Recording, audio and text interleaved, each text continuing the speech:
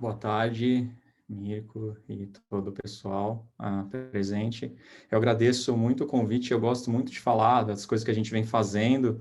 É, Talvez eu tentei, eu sei que muita gente gosta de que mostra os métodos e como faz e tal, mas eu tentei traduzir mais isso, né, em coisas mais conceituais, para trazer mais gente, tentar traduzir até onde a ecofisiologia ela pode nos ajudar a entender os impactos de mudanças climáticas. Então, eu vou tocar um pouquinho em questões antigas, de raízes da disciplina, e como que ela chega a ser nem só uma ecologia e nem uma fisiologia em si, né, mas uma junção, uma convergência de disciplinas.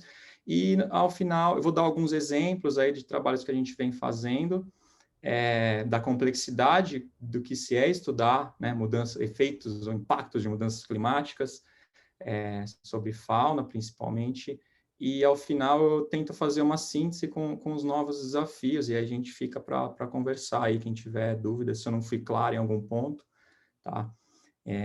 Mas é isso aí, vamos começar.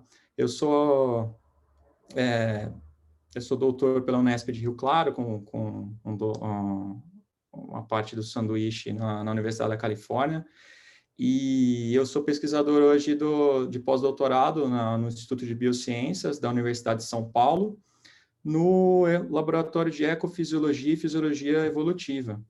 Deixa eu ver aqui. No laboratório do professor Carlos Navas, mais ao final da palestra eu vou falar um pouquinho, né, de quando ele foi da minha banca de mestrado, e desde então a gente sempre continuou se falando e, enfim, bem depois, assim, mais de uma década, eu acabei indo trabalhar mais de perto com ele. Então, vamos lá. A palestra de hoje, o que eu queria falar, vou fazer um brevíssimo histórico de pesquisa pessoal, assim, para dar alguns exemplos de alguns trabalhos que a gente vem fazendo em campo, em condições seminaturais, em laboratório, para se ter uma ideia do alcance, né, do que se pode fazer, do que a gente pode ter com algumas perguntas. E aí eu vou falar de algumas questões sobre o campo da ecofisiologia e a relação com o entendimento de impactos de mudanças climáticas sobre os padrões de biodiversidade que acabam sendo. Muita gente tem interesse em saber se as mudanças climáticas realmente impactam, diminuem a biodiversidade ou de que forma elas impactam, e a ecofisiologia pode contribuir. Eu vou tentar convencer vocês ao longo dessa apresentação, essa breve apresentação também. Ao final, eu vou fazer uma síntese, tentar fazer uma síntese conceitual e algumas direções baseadas no que eu venho vendo.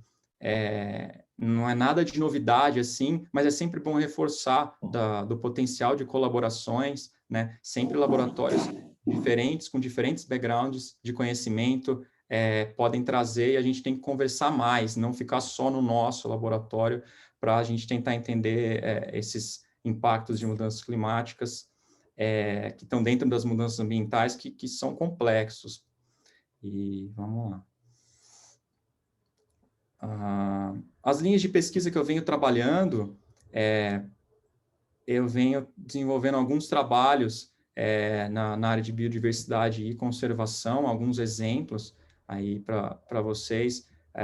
Por exemplo, com comunidade de anfíbios, eu nunca tirei o pé disso desde que eu comecei a trabalhar com herpetofauna lá na graduação, dentro do laboratório, medindo fisiologia digestória em répteis, por exemplo, e depois a gente vai aumentando, vai trabalhando com outras coisas, mas eu sempre tive interesse em saber por que os animais estão onde eles estão e como eles funcionam. Então, esses trabalhos me ajudaram me ajudam a compreender, né, aonde os animais estão, para quando eu tiver um conjunto de animais que eu tenha disponibilidade para trabalhar em campo, em condições seminaturais ou em laboratório mesmo, eu consigo entender o que é um padrão para aquela espécie ou para aquele grupo de espécies, o que é um mecanismo, e esses trabalhos sempre me ajudaram, e eu sempre estou com o pé, estou com colaborações, eu gosto muito de fazer isso para ter um entendimento maior, né? Voltado principalmente para a conservação, esse recorte que vocês vão ver ao longo dessa apresentação, para répteis e anfíbios, principalmente, que é o que eu tenho trabalhado. E também a tal da fisiologia ecológica evolutiva. Não é a fisiologia só de desvendar os mecanismos ali celulares ou de tecidos e órgãos, né, o que acontece dentro de um organismo, mas a implicação disso do organismo para populações, para comunidades e até ecossistemas, né? Isso dentro de uma escala temporal aí, evolutiva, dependendo da pergunta que você faz, tentando utilizar a ferramenta da fisiologia. Alguns exemplos, deixa eu ver aqui, não está passando. Basicamente, se eu tivesse que dizer uma ou duas perguntas sobre a minha linha de pesquisa, é como os animais lidam com mudanças ambientais, o clima inserido aí, eu já vou falar alguns poucos slides para frente, e por que algumas espécies são mais resilientes do que outras. Então, a gente tende a fazer recortes de hipóteses, tentando responder sobre tolerância, resistência, preferência e capacidade animal, e qual o papel da fisiologia nisso. Isso não é só a fisiologia. É bom reforçar que isso é uma combinação de fisiologia, de ecologia, de comportamento e de biologia evolutiva. Entrou aqui, pronto.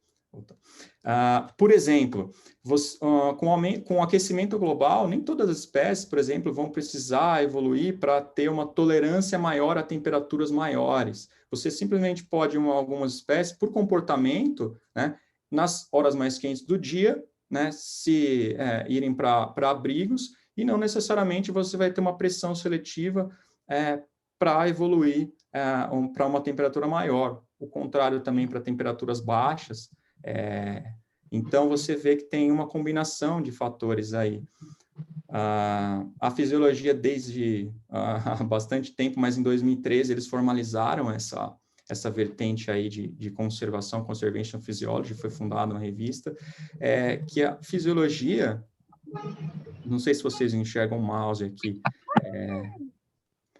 a fisiologia seria um filtro que diria, legal, obrigado, sobre mudanças ambientais, e a gente, deixa eu voltar aqui, e a gente tenderia a entender ou relacionar com padrões ecológicos de persistência até padrões de biodiversidade. Isso voltando de novo para a conservação. Legal. Falando em conservação, alguns dos trabalhos, só para exemplificar, eu tive a oportunidade de trabalhar no meu mestrado com uma espécie inteira, uma espécie endêmica da Ilha da Queimada Grande. É uma ilha no litoral sul do estado de São Paulo, fica a cerca de 30 quilômetros do litoral do sul de São Paulo, tem cerca de 43 hectares, cerca de 43 campos de futebol, mais ou menos. Não existe água potável na ilha, venta pra caramba, e essa espécie, que é a espécie irmã da jararaca comum do continente, a Botrop jararaca, né, ela ficou ilhada depois do último período de glaciação, elevou o nível do mar, e ela diferenciou pra caramba, tanto que ela tem um padrão que não é rajada, ela é a chamada Golden Lancehead, né, a jararaca dourada. E a gente queria entender como que ela utilizava os recursos voltados principalmente para planos de conservação dessa espécie, que ela só ocorre ali nessa pequena ilha do litoral sul de São Paulo. Então, basicamente, serpentes são lagartos modificados, eu não vou entrar muito em detalhes sobre tudo do estudo, mas a gente viu que elas não têm uma termorregulação passiva, ou seja, elas não são termoconformadoras, elas se importam, sim, em regular temperaturas em certos períodos do ano, principalmente relacionados à reprodução e alimentação. A gente viu que nas estações mais frias do ano, outono e inverno, elas tendem a termorregular mais, e nas noites também, comparativamente ao dia. Outro exemplo de trabalho, a gente pode trabalhar também em condições seminaturais, em que a gente vem aqui para... Deixa eu ver aqui. A gente vem para a região em cativeiro, oferece áreas de sombra, abrigo, sol e água, né, para essas espécies, e tem esse trabalho que é publicado, esses dois com sucuris e jiboias, infelizmente ainda não. Mas é legal dar uma olhada que a gente começa a cercar algumas coisas e começa a entender padrões tanto de fisiologia quanto de comportamento, como de fisiologia, né? A gente implantou data loggers cirurgicamente dentro dos animais, e aí esses data loggers registram temperaturas, a variação de temperatura ao longo, por exemplo, do ano. A cada 10, 15 minutos você tem um registro. Então, você tem como varia toda essa temperatura ao longo do ano e que épocas que esses animais estão procurando mais regular, que é muito ligado à ecologia desses bichos, ao gasto de energia e às atividades que ela precisa desempenhar em certas temperaturas. A gente pode cercar mais ainda, controlar ainda mais as condições e tentar entender mecanismos desses animais fisiológicos, né?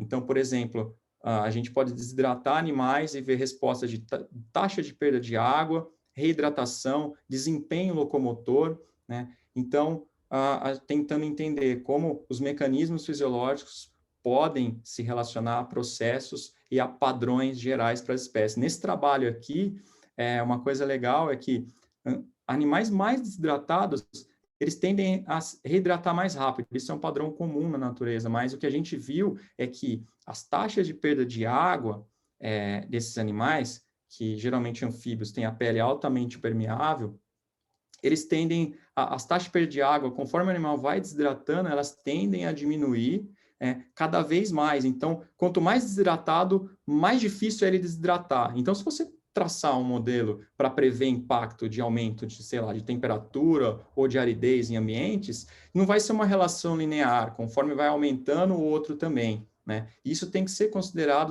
o pessoal que faz muita modelagem com as espécies e principalmente em coisas, em cenários bidimensionais aí, temperatura corpórea e temperatura do ambiente.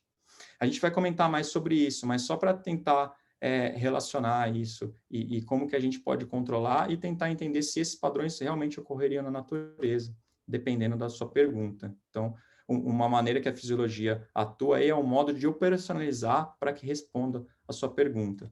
Como eu falei, um aumento de temperatura ambiental, não necessariamente para um anfíbio de porte médio, isso é um Leptodactylus latrans, um leptodactilídeo, vai incorrer no aumento da temperatura dele.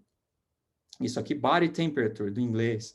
Então, existe certo tamponamento e a relação do tamanho corpóreo da fisiologia da perda de água desses animais vai influenciar muito essas projeções de impactos de mudanças climáticas sobre esses animais. Então, entender mais sobre o organismo nos ajuda, né, a pensar em padrões de larga escala.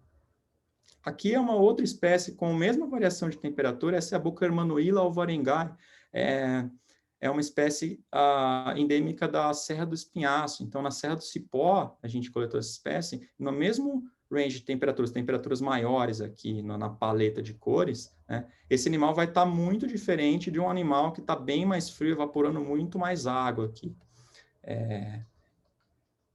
E para o pessoal que tem bastante interesse, talvez, em começar a área, eu sugiro esse livro aqui, organizado pelas professoras Kênia e Luciane, da Unesp de Jaboticabal, em São Paulo. Eu tive o prazer de participar de um dos capítulos, o capítulo de Fisiologia Térmica de Anfíbios.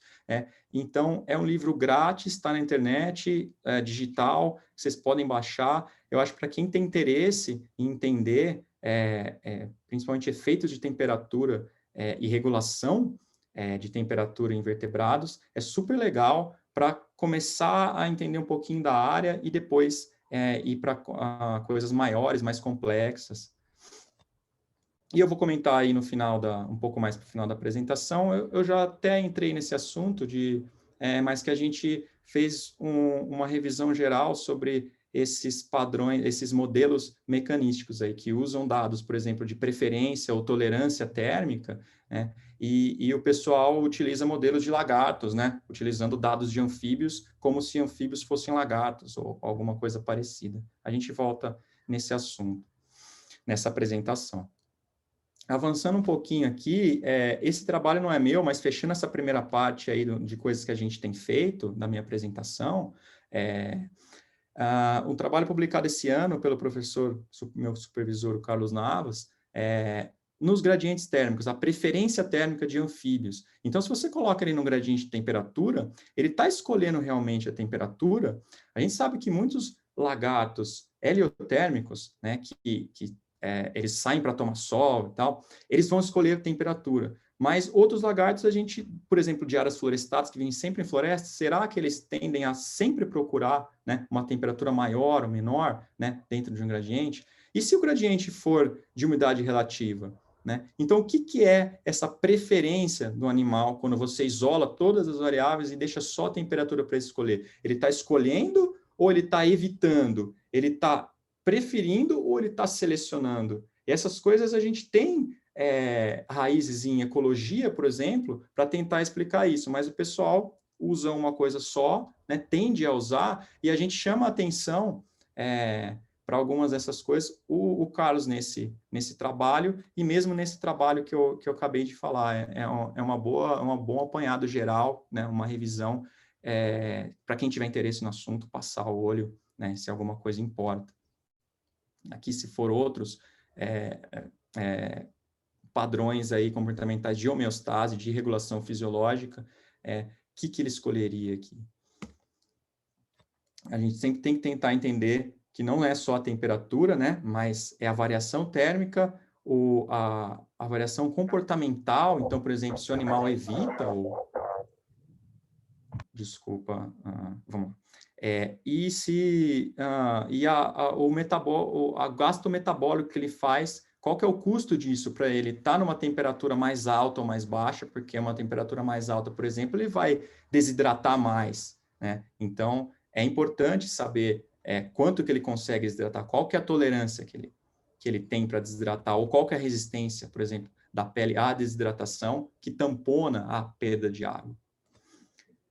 Então, só para dar um apanhado geral de alguns tipos de pesquisa que a gente vem fazendo na área da ecofisiologia, e agora eu vou entrar mais, né, no assunto que eu gostaria de tratar aqui nessa fala, nessa palestra, que é sobre as relações de ecofisiologia, mudanças climáticas e os padrões de biodiversidade.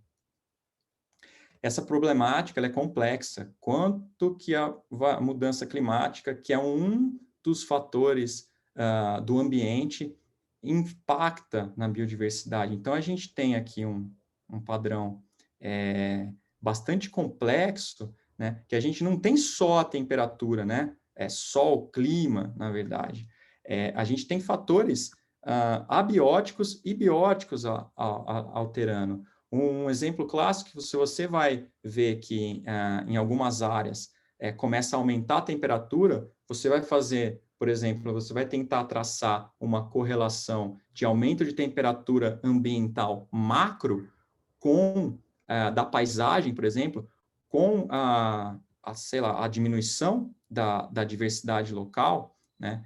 E, na verdade, existe, né, um padrão associado à mudança climática, mas ele pode ser de ordem biótica. A gente tem, só para citar um deles, de diversos, né, o trabalho do Guilherme Becker, falando da separação de hábito ou habitat split, espécies que se reproduzem na água, elas e vivem a outra parte da vida em áreas longe da água. Se essa área for desmatada, se houver separação desse hábitat e, consequentemente, aumenta o clima, né, essas espécies elas vão desaparecer não por causa do clima, porque houve uma desconexão de hábitat, elas não conseguem voltar para onde elas vivem, ou elas não conseguem descer para se reproduzir, por exemplo. Eu acho que e aí outros fatores vão estar aqui atuando como patógenos, aumento ou diminuição da temperatura. Para o caso de anfíbios, os quitrídeos tem uma relação com a temperatura, mas que não é uma relação unidimensional, é uma interação de fatores. Então, só para introduzir esse assunto, eu vou falar um pouquinho como a fisiologia ela pode ajudar nessa temática complexa de relações. A gente tem, por exemplo, para citar um deles, um dos trabalhos mais antigos relacionando a fisiologia animal com a geografia, o trabalho do Victor Shelford, na época que ele estava em Chicago. Ele já tenta relacionar a distribuição das espécies com padrões ou limites de tolerância. Então, aonde os limites de tolerância tivessem mais próximos aqui, né, ou sendo ultrapassados, as espécies tenderiam a ter densidades populacionais menores ou estariam ausentes. Isso no Journal of Morphology, em 1911, isso. Né? Ele ainda publica, ele tinha visões de não separação de disciplinas ou subdisciplinas, né? E ele escreve um livro de métodos em ecologia animal, né? E ele tenta relacionar muitas dessas ideias em 1929, e ele publica outro trabalho, né, na Bioecology, relacionando padrões aí, ele tenta montar experimentos já relacionando a complexidade do ambiente, de ecologias diferentes de plantas e animais, tentando mimetizar o que ocorreria na natureza, né? E tentando relacionar isso com a fisiologia das espécies.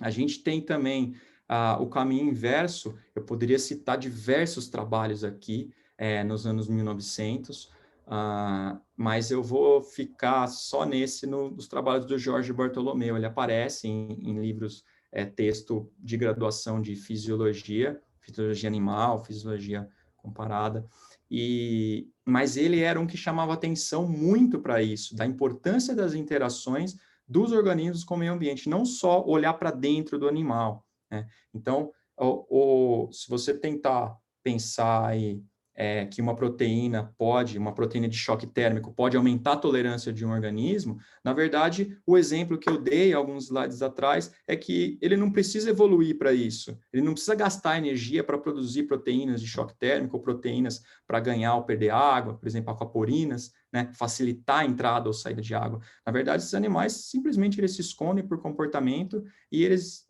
estão tamponados aí, permitido pelo ambiente, se for possível, né? Porque áreas desmatadas, esses animais já podem não encontrar, e aí é uma interação de aumento de temperatura, né, ou mudança brusca de temperatura, com desmatamento, como eu tentei mostrar um slide anterior, da complexidade, que não é só a temperatura, não e é uma interação de fatores. E a moderna versão aí da fisiologia, ela traz mais ou menos, né? Ela continua tendo um sólido, um parecido muito com os trabalhos do Shelford, com o trabalho do Shelford de 1911. Se uma medida, uma variável ambiental relevante muda no campo, as populações tendem a ocorrer em baixas densidades ou até eventualmente serem extintas localmente, se essa variável, um conjunto de variáveis mudar. Essa é um conceito, aí é um arcabouço que as pessoas têm trabalhado mais atualmente. Uma das grandes perguntas, então, é o que aconteceria com essas populações, né? Se no campo elas tenderiam a se ausentar ou desaparecer localmente. Ou se ela teria, por exemplo,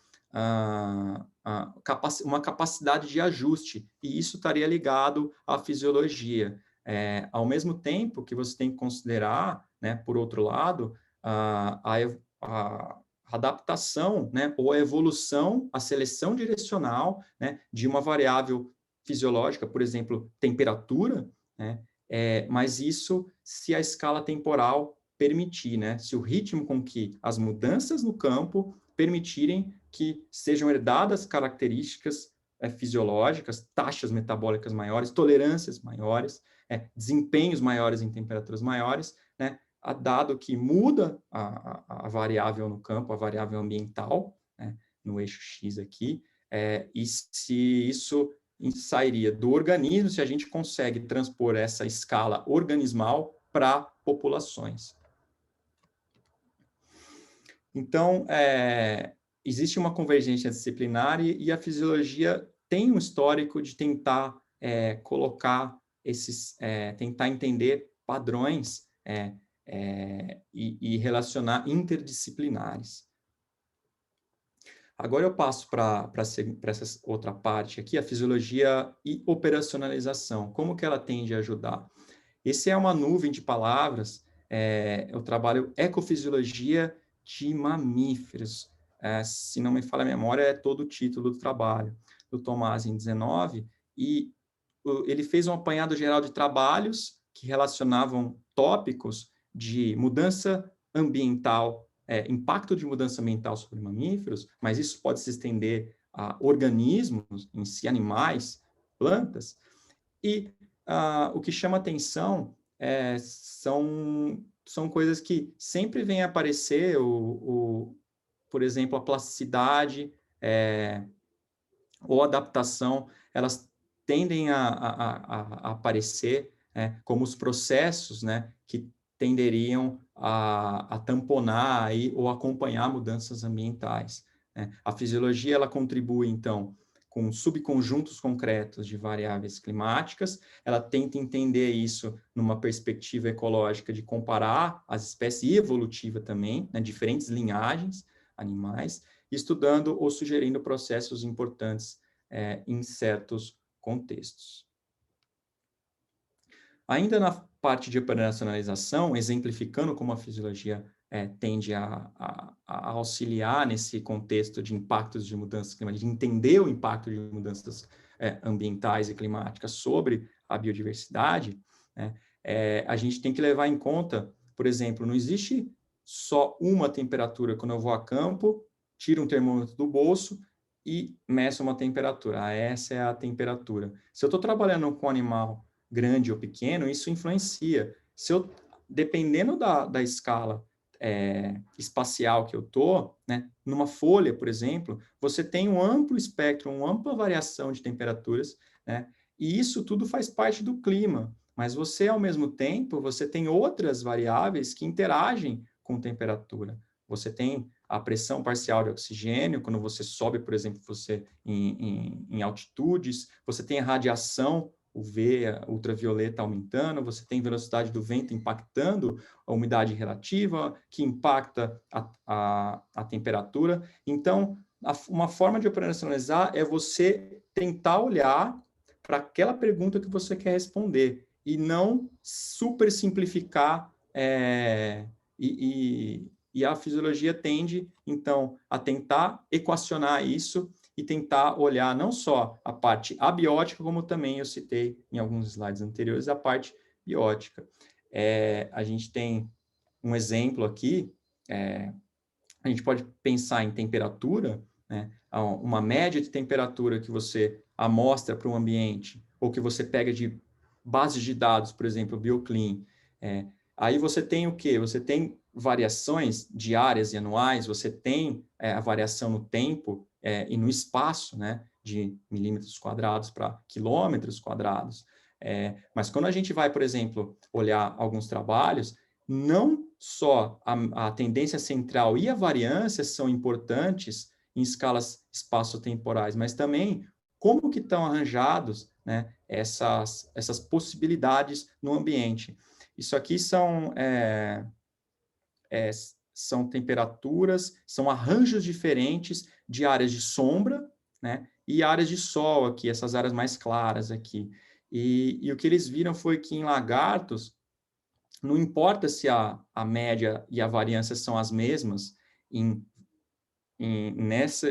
comparando todos esses ambientes aqui, mas os lagartos dentro das arenas, né, isso em ar livre, eles tendem a ter custos maiores para regular a temperatura corpórea, dependendo do arranjo espacial das possibilidades de ele fazer o shuttling behavior, que é a troca entre áreas mosaicos de sol e sombra. Ele vai ter muitos menos custos dependendo do arranjo das sombras, né, que ele pode sair, ele pode ir para uma moita, predar alguma coisa que está dentro da moita e depois ele volta para a sombra. E aqui ele vai ter mais possibilidades, gastar menos energia ou pelo menos repor, ao passo que em outras áreas ele vai ter um custo muito grande para uma atividade.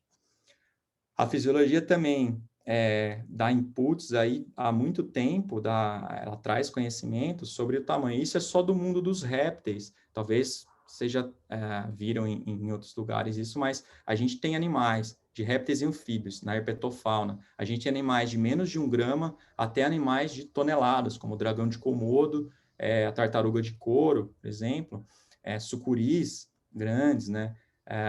E a fisiologia, o efeito de temperatura que eu estava mostrando no slide anterior pode impactar de diferentes maneiras alguns animais. Simplesmente, alguns deles podem se enterrar, por exemplo. São pequenos, podem ficar embaixo de uma folha, na parte mais quente do dia ele não afeta em nada. E se você foi lá e pegou dados de 1 km², sendo que o animal precisa de pouco mais de milímetros quadrados para sobreviver ali, ou para sobreviver em algumas áreas, né? Você pode estar errando bastante em fazer uma relação só da temperatura com só a resposta do animal, aí, a tolerância, por exemplo, ou a preferência térmica. A fisiologia ajuda também a operacionalizar estudos, e a gente sabe desde os trabalhos de Kleber, no começo dos anos 1900, né, que o tamanho corpóreo, ele impacta, né, ele influencia praticamente todos os processos fisiológicos. Isso é um achado super importante, porque se você não considera tamanho corpóreo, não considera a paisagem ambiental, né, a forma como ela está distribuída, você pode errar bastante nas suas previsões, né, de impactos de mudanças ambientais sobre fauna ou outros organismos, serve até para a flora. Mas aqui é a taxa metabólica desses animais e a massa. E a gente sabe que a lei de Kleber estabelece que para cada aumento de massa de uma unidade, você aumenta em 0,75, né, a taxa metabólica. Mas, por exemplo, você tem uma taxa metabólica muito maior, por exemplo, no elefante, né, absoluta, e mais relativa, por exemplo, os shrews, os mussaranhos ou os ratinhos, eles têm uma taxa metabólica relativa muito maior. E isso influencia para caramba processos fisiológicos. Então, a fisiologia também ela contribui nisso, e ela tende a transpassar disciplinas, aí não ficar só dentro dela. Ela tende a invadir um pouco ou a utilizar padrões gerais de ecologia para tentar responder, ou de evolução para tentar responder aí como os animais respondem a mudanças ambientais, dentre elas as climáticas. E antes de eu passar aqui, caminhar para o final dessa fala, eu vou mostrar um estudo. Então, você falou bastante de como operacionaliza, né, quais os problemas, mas você tem um exemplo prático, né? Então, eu vou tentar mostrar aqui um exemplo de, acho que 1 ou 2 estudos, e daí a gente eu tento fazer uma síntese mais conceitual, geral, ao final, e que direções futuras que a gente pode tomar em estudos de mudanças climáticas e ecofisiologia. Esse é um trabalho que eu gosto bastante dele, que a gente colaborou com pessoas de diferentes áreas, e publicou em 2019. A gente viu, relacionou o balanço hídrico e o tamanho corpóreo de anfíbios ao longo de gradientes altitudinais. A história desse trabalho, eu vou tentar simplificar, é que existe um padrão geral, principalmente para endotérmicos, em direção aos polos ou em direção a áreas mais frias, você tende a ter animais de tamanhos endotérmicos de tamanhos maiores. Isso é um padrão. O mecanismo que explicaria isso seria a conservação de calor. Você aumenta a razão superfície e volume, você tem mais conservação de calor, então animais maiores em direção aos polos. E aí tem diversos trabalhos na literatura que tentam aplicar essa mesma relação de tamanho corpóreo com gradientes de temperatura também para ectotérmicos, né? Que eles dependeriam de fontes externas de calor para regular a temperatura, então eles também estariam sujeitos a essa lei ou regra de Bergman. E, na verdade, a gente começou a pensar que para os anfíbios, talvez a água, durante a história evolutiva das espécies, ou a relação hidrotermal, fosse mais importante. Então, a gente pegou algumas espécies, diferentes espécies, quando foi possível diferenciar os diferentes usos de hábito ou microhábitats, e diferentes tamanhos corpóreos. A gente trouxe de 4 a 6 populações dessas espécies para laboratório, então a gente tem uma variação intraespecífica, trouxe para o laboratório, mediu EWL são Evaporative Water Loss, que é a taxa de perda de água evaporativa, né? Perda de água evaporativa. Quantos miligramas de água por grama de animal, por hora, ele desidrata, né? Em uma condição de laboratório, dada a temperatura e dada a umidade relativa, controlada. Depois a gente pegou essas 4 espécies e foi para coleções científicas e pegou toda a distribuição dessas espécies. Então, a gente tem a distribuição geográfica completa. A gente relacionou tamanhos corpóreos existentes em 80% dos anfíbios anuros existentes, os sapos, rãs e pererecas, e as taxas de perda de água, né? E traçou essa relação. E aí a gente montou um modelo, a resistência total, de novo, a massa corpórea aqui, e isso é só o inverso da taxa de perda de água. Quanto maior a resistência, menor a taxa de perda de água. Resistência, por exemplo, da pele. Então, o animal que tem uma resistência maior, ele vai tender a desidratar mais lentamente. Então, a gente traçou um modelo em que a gente consegue ver limiares em que algumas espécies elas tenderiam a evoluir para tamanhos corpóreos maiores em ambientes, daí eu falo não de temperatura, mas a gente foi buscar ambientes hídricos, ou seja, a gente relacionou com aridez do ambiente, a evaporação, a PET, Potential Evapotranspiration, que é a soma da evaporação de plantas, de corpos d'água, né, no ambiente. Então, quanto maiores os valores de evapotranspiração, mais árido é o ambiente. Eu já vou mostrar numa próxima figura. Mas a gente tentou, então, relacionar isso e viu que limiares aqui, algumas espécies caíam ou tendiam a aumentar tamanho corpóreo, ou não mudava, ou elas tendiam a mudar, por exemplo, a resistência da pele, aumentar a resistência, né, ou criar uma camada maior, né, para lidar com essa aridez do ambiente, com essa potencial dessecação maior em ambientes de maior aridez. Uma informação importante é que para anfíbios anuros, sapos, rãs, pererecas, existe um componente aí muito relacionado com a ecologia deles, um componente fisiológico, que a taxa de perda de água é menor em animais que estão mais no ambiente arbóreo do que os terrestres, do que os aquáticos. Isso é relativamente fácil de pensar, porque quem está na água nunca precisou evoluir nenhum mecanismo para segurar a água, né? Na verdade, ele tem que, não ganhar muita água porque ele está no ambiente aquático. Então, pode ter um desbalanço osmótico aí. Mas eles nunca tiveram que resistir a essa perda de água. Então, eles tendem a ter, animais aquáticos, as taxas de água mais altas, né? Enquanto quem está mais longe da água, eles tendem a ter taxas de perda de água menores. Eles desidratam mais lentamente. Vamos lá. Então, a gente relacionou fisiologia, a taxa de perda de água, com o tamanho corpóreo desses animais e com o uso dos microambientes. Então, a gente traçou e montou esse modelinho que prevê exatamente que, por exemplo, se a gente fosse relacionar só o tamanho corpóreo desses animais, ou seja, fazer uma correlação do tamanho desses animais, os nose vent length, que é o comprimento roscoacal, e esperar que em ambientes mais áridos eles tenderiam a ter um tamanho maior, né? Porque dessa forma aumenta a razão superfície e volume e eles conservam mais água, né?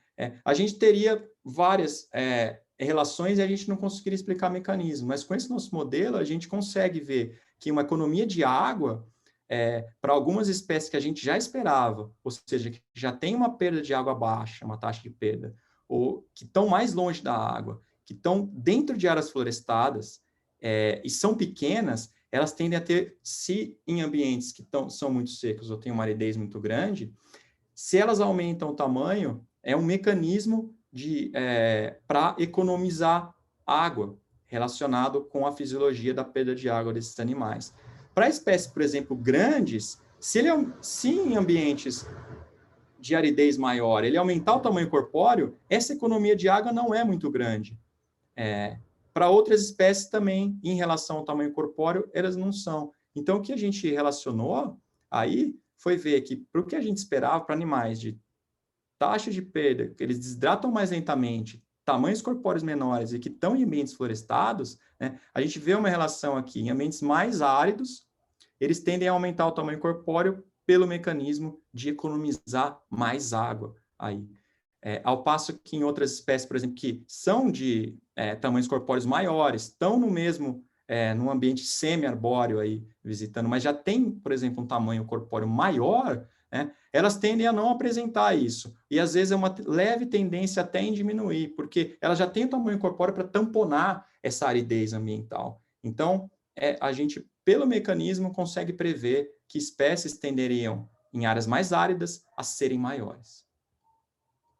E aí a relação da fisiologia com a morfologia e com a ecologia, né, para tentar equacionar isso em processos de escala inferior, como fisiologia e morfologia, tamanho corpóreo e taxa de perda de água, e relacionar isso a respostas a mudanças de padrões de larga escala, como distribuição geográfica ao longo de gradientes ambientais, por exemplo, de aridez.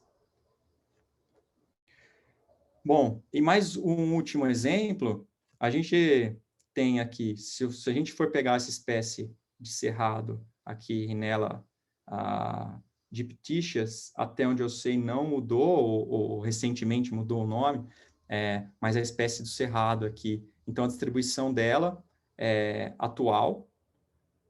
Se a gente tentar prever a distribuição dela pela tolerância térmica máxima, ela poderia ocorrer em áreas assim. Ela teria um potencial, uma tolerância fisiológica para ocorrer, né? Mas quando a gente relaciona só as áreas que ela ocorre e tenta ver áreas que ela poderia ocorrer com similaridade aonde ela já ocorre, essa distribuição já muda. E não sei se talvez para boa parte de vocês seja, alguém já tenha visto a modelagem correlativa, né, em que você pega a distribuição atual, você tem dimensões geográficas aí, ambientais, e você tenta, por similaridade, tentar prever onde as espécies ocorrem. Um grande problema com isso, que a gente não consegue responder, e os ajustes animais, e os fatores bióticos, né? Que não seriam só a fisiologia. Na fisiologia e comportamento, a gente tenderia a ter preferência por alguns ambientes, a gente tenderia a ter tolerâncias, a gente tenderia a ter performances diferenciadas, né? Que poderiam servir de ajuste, né? Mesmo que uma condição ambiental fique ruim para essas espécies. Mas dentro disso, ocorre em conjunto com competição, por exemplo, talvez essa espécie aqui, ela não ocorra, sei lá, na Amazônia, porque tem outra espécie que compete com ela, e ela não consegue, suposta ou teoricamente. Talvez a fenologia dessas espécies sejam diferentes com as espécies que estão, né, na Caatinga ou no Cerrado, que a gente tem outras espécies de sapos cururus lá. Então, eu passei pouco mais de uma temporada entre 2019 e 2020, num pós-doc na Universidade da Califórnia, a gente tentando equacionar isso para poucas espécies que a gente tem bastante informação. E eu queria tentar entender um pouquinho a caixa preta, né, desses modelos chamados os mecanísticos, que você tende a adicionar, né, por exemplo, fenologia, tentar cercar os meses que a espécie ocorre e tentar ver mudança dentro da maior atividade desses animais. Se teria uma restrição ambiental ou se ele seria impedido, forçado pelo clima, né, sendo impedido de ocorrer ou tendo dificuldade de ocorrer em algumas áreas que só a variação ambiental poderia predizer. Isso é comum de ver aqui, por exemplo, utilizando só essa primeira parte de modelos correlativos com dados do BioClim, né, é um cenário de mudança climática futura, ou pessimista, né, que a gente vê que o preto são pontos de distribuição e a adequação ambiental para eles ocorrerem, né, do azul para o vermelho é ruim, onde eles seriam extintos, a gente tem algumas poucas áreas aqui. Mas quando a gente insere dados, né, por exemplo, de tolerância, preferência ou performance, isso para alguns animais nessas áreas eles já não conseguiriam desempenhar, né, pelo menos a desempenho locomotor, em algumas condições, o que muda, né, um pouquinho isso aqui, mas qual modelo é mais confiável, né? Eu quis sempre tentar entender, utilizar dados que a gente vem coletando ao longo dos anos com diversos colegas, e uma das abordagens, eu não vou entrar em detalhes aqui para mostrar resultados, é o que a gente tem tentado que, mais uma vez, anfíbios não são lagartos, né? Eles não tendem a ser termofílicos, por exemplo. E uma das abordagens que a gente tenta é relacionar isso não só à temperatura, mas o nível de hidratação. Então, o desempenho locomotor, isso é distância saltada. Então, é quantas vezes a própria distância, né, o próprio tamanho corpóreo dele, ele consegue saltar. Então, você vê que tem desempenhos diferentes para combinações não só bidimensionais, mas tridimensionais. E dessa forma, algumas espécies, por exemplo, de áreas mais florestadas, de tamanhos corpóreos menores, eles tendem a sofrer um pouquinho mais. Mas só para dar uma ideia do que a gente tem tentado. Relacionar também a fenologia, cercar os meses, a gente tem cada vez melhores bases de dados para isso, e tentar relacionar isso com padrões, principalmente do futuro. A gente tem tido pacotes climáticos diferentes agora, além do BioClim, para ser testados. E, mais uma vez, eu fecho essa parte. A gente escreveu uma revisão no ano de 2018, basicamente isso, um guia para modeleiros, que usam para lagartos. Você tem 30 anos de teoria, mais 40 anos de testes de teoria, e você consegue, de certa forma, para vários dos grupos, prever quando que ele vai parar, quando ele vai parar a atividade. Para anfíbios, a gente não tem esse mesmo conjunto de dados. A gente tem cerca de 10 a 20 anos, né, e uma proposta um pouco diferente de temperatura. A gente tem, como eu mostrei no slide anterior, uma proposta de hidrotermal, aí um desempenho bastante ligado a isso. E a única chamada de atenção que a gente faz é para os bancos de dados também. Quando o pessoal faz vários compilados de tolerância térmica geral e não vai olhar qual que era a pergunta do trabalho específico, muitos trabalhos, por exemplo, de anfíbios, utilizam dados do Bratstrom dos anos 70, né, para espécies que são, por exemplo, os tropicais, são os tropicais de Austrália ou de América Central. E a gente tem visto, por exemplo, alguns padrões largamente propostos aí que, por exemplo, anfíbios de áreas de lowlands, de áreas de terras baixas, nos trópicos, estariam mais ameaçados de extinção. E, na verdade, tem alguns trabalhos nos Andes agora recentes que não mostram bem isso, esse padrão.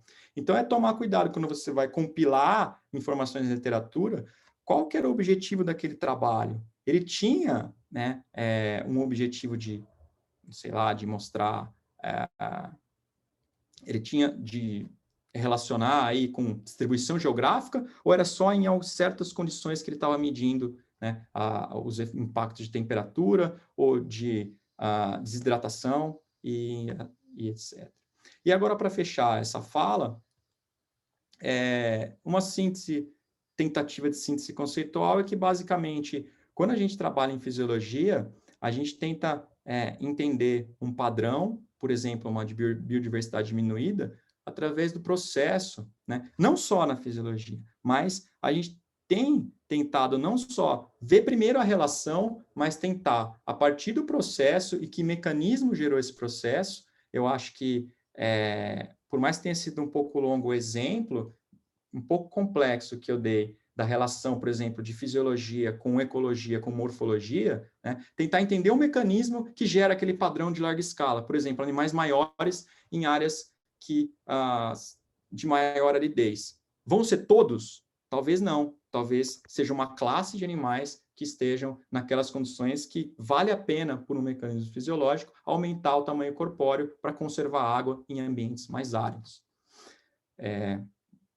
Então, a gente tem, por exemplo, não é uma tentativa de esgotar, né, as áreas que trabalham com processos, padrões e mecanismos, mas você tem a zoologia, a botânica e a ecologia tentando entender padrões de biodiversidade, né? A gente tem ligados a processos também a zoologia, mas a biologia evolutiva, né? Relacionados mais a mecanismos, a fisiologia tem um histórico disso, mas tentando entender como que isso se dá em processos e em padrões de larga escala também, mais recentemente, né? A toxicologia, por exemplo, e os processos de mudança ambiental.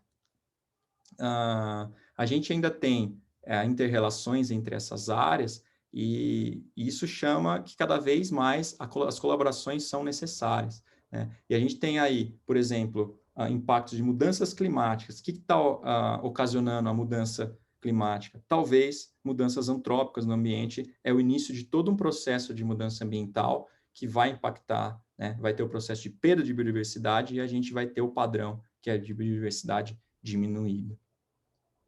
Então, uma conclusão que de conversas com colegas que a gente tem tentado é entender o impacto de mudanças ambientais, dentre elas as climáticas, sobre a biota, é um grande desafio, né? É necessário transpor disciplinas clássicas, eu tentei deixar um pouco claro nessa apresentação, e a fisiologia ela contribui para ao entender o problema das perspectivas do impacto da variação ambiental sobre os organismos, nos diferentes níveis de organização, desde moléculas, tecidos, órgãos do organismo e a interação dos organismos entre si com o meio ambiente, uma definição de ecologia, e da operacionalização de grandes problemas. Esse é uma raiz histórica da fisiologia que ela pode contribuir, mas ela sozinha ela não consegue, não conseguiria responder qual que é o impacto de mudança climática, se o papel da fisiologia vai ser central ou vai ser periférico.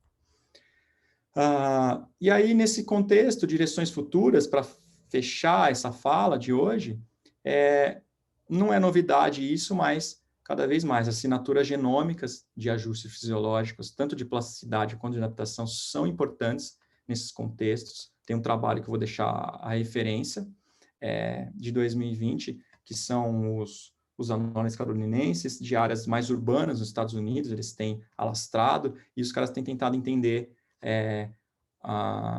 que tipo de resposta, se são ajustes só de plasticidade ou se é uma adaptação tendendo a uma tolerância maior. A gente tem tentar colaborar com o pessoal da genética e tem tentado conversar já isso quando a gente, por exemplo, mede uma taxa de perda de água, né? Como é que estão as aquaporinas dentro do animal? Os canais que facilitam, né, a entrada ou saída de água. Os departamentos de bioquímica, eu vou dar exemplo de um que a gente tem tentado trabalhar. Isso aqui é largamente utilizado na medicina dermatológica. Aí, né? E a gente tem tentado, então, conversar com pessoas que desenvolvam equipamentos portáteis. Isso aí é um histórico também de fisiologia, mas que tentar aí traçar perda de água pela pele de animais, né? A gente tem um trabalho em andamento que está tentando traçar o paralelo com o que a gente mede em laboratório em condições controladas com o que dá para medir no campo e se é confiável, por exemplo, isso. E uma coisa que não entra nessa palestra, desenvolvimento de modelos biofísicos, né, para tentar, são os mímicos, né, os modelos nulos de, por exemplo, regulação de animais, de temperatura dos animais em campo, sensoriamento remoto com diferentes bases de dados, né, de clima, as distribuições geográficas têm melhorado bastante esses bancos de dados na internet para testar diferentes configurações naqueles modelos que tentam prever ou predizer impactos de mudanças climáticas sobre animais e as respostas para o futuro. E o departamento dos cientistas, né? A curiosidade é super importante, transpor barreiras, tem que ter um pouquinho de disposição e também um pouquinho de paciência. Muita gente que tem chegado nos últimos anos para tentar trabalhar com a gente, chega assim, já quero fazer, quero resolver. Você precisa, primeiro, você precisa calibrar o termômetro, você precisa ver como é que funciona, você precisa entender um pouquinho do que você está medindo para a gente tentar entender até onde vai o seu dado. E para finalizar aí, várias pessoas, né, ao longo da minha carreira, eu tenho que agradecer, pessoal do Canadá, eu tive a oportunidade de visitar 2 laboratórios em Vancouver durante eu acho que entre a graduação e o doutorado. Alguns eu nunca publiquei, mas eles me influenciaram bastante, o Bill Milson e o Tobias Wang. O Tobias na Dinamarca, eu nunca pude visitar o laboratório dele, mas que eu sempre vi os caras ali, tentando resolver, tentando responder coisas, montando coisas simples em laboratório para tentar entender mecanismos, né? E isso tenho que agradecer muito ao professor Denis, na Unesp de Rio Claro, ele foi meu orientador de graduação e de doutorado, e um pós-doutorado que eu fiz no laboratório dele também. A gente tem trabalhado aí em colaboração. Eu tenho que citar o professor Otávio Marques, do Instituto Butantan, na época antes e durante o meu mestrado, essas épocas são sobrepostas, que me mostrou assim, a importância da ecologia, né, de tentar entender por que as espécies estão onde elas estão, e ele queria muito entender se a fisiologia tinha papel nisso. E o professor Barry Sinevo, que infelizmente ele faleceu há cerca de um mês. Eu fui durante o meu doutorado, eu passei um verão na Universidade da Califórnia, e agora eu passei uma temporada lá. A gente vinha desenvolvendo esses modelos, e agora a gente tem tentado falar com os colaboradores aí para avanços nesses modelos, por isso que eu não quis mostrar muito mais do que só a ideia, né, ou as abordagens que a gente vem utilizando. E o professor Carlos, que participou da minha banca de mestrado, e desde então a gente nunca mais parou de se falar, e eu fui trabalhar com ele agora nesse pós-doc, a liberdade para tentar coisas, errar bastante, mas tentando aperfeiçoar esses modelos ou tentando responder perguntas que os dados permitem. Agradecer a uma série de pessoas aí que me ajudaram durante a coleta, análise de vários dados. Eu encerro aqui e eu ficaria muito feliz de receber questões aí ou perguntas. Obrigado.